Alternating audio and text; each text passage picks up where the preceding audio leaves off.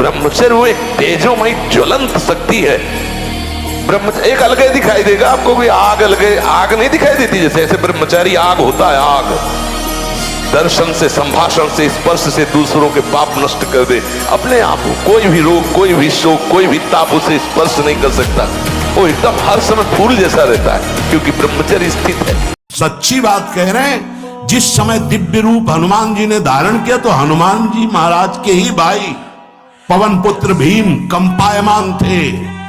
भीम जैसे हनुमान जी वैसे भीम बड़े बड़े पर्वतों को अपनी टक्कर से चूर करने की सामर्थ्य रखने वाले। ब्रह्मचारी बनना है तो ब्रह्मचर्य पचाने के लिए भी तो चाहिए ना।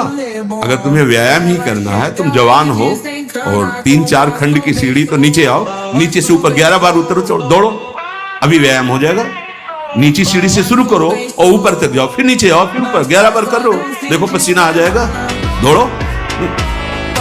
अब आधा घंटा पद्मासन 30 मिनट कोई बहुत नहीं होता। बैठ करके आप प्राणायाम, अनुलोम विलोम, जो आजकल शिक्षाएं भी दी जाती है। विश्व का कोई भी सुंदर भोग इतनी ताकत नहीं रखता कि मन से भी भोगने की इच्छा आ जाए। शरीर की तो बात जाने दो, मन से भी भोगने की नहीं रखता। उनके बल से कह रहा हूं, उनके बल से कह रहा हूं, उनके द्वारा दी हुई शांति से कह रहा हूं, उनके द्वारा दी हुई शीतलता से कह रहा हूं। देखा है इसमें काम, देखा है क्रोध, देखा है इसमें, देखा है विकलता देखी है भोगों की, और इसमें कृष्ण कृपा भी देखी। जिन विषयों के लिए हृदय मचल जाता था, उन विषयों के सानिध्य में स्मरण भी नहीं आता कि ये भोगने की चीज है।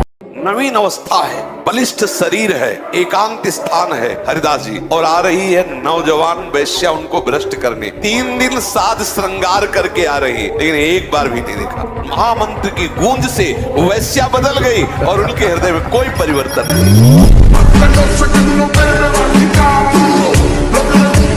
तो बांध लंगोटा बचा के इंद्री कभी न देखा पर नारी, जो काछवाछ मन निश्चल राखे धनी धनी जननी तेरी रे। नरसिंह मेहता जी कहते हैं कि हमें पूरे आजीवन ये नियम रखना है कि पराई माता बहनों की तरफ हमारी गंदी दृष्टि ना हो। कभी अगर दृष्टि भी गंदी हो जाए, मान लो चूक है, बड़े जन्मों से हम उसी में लगे हुए हैं, तो क्रिया नहीं होनी चाहिए।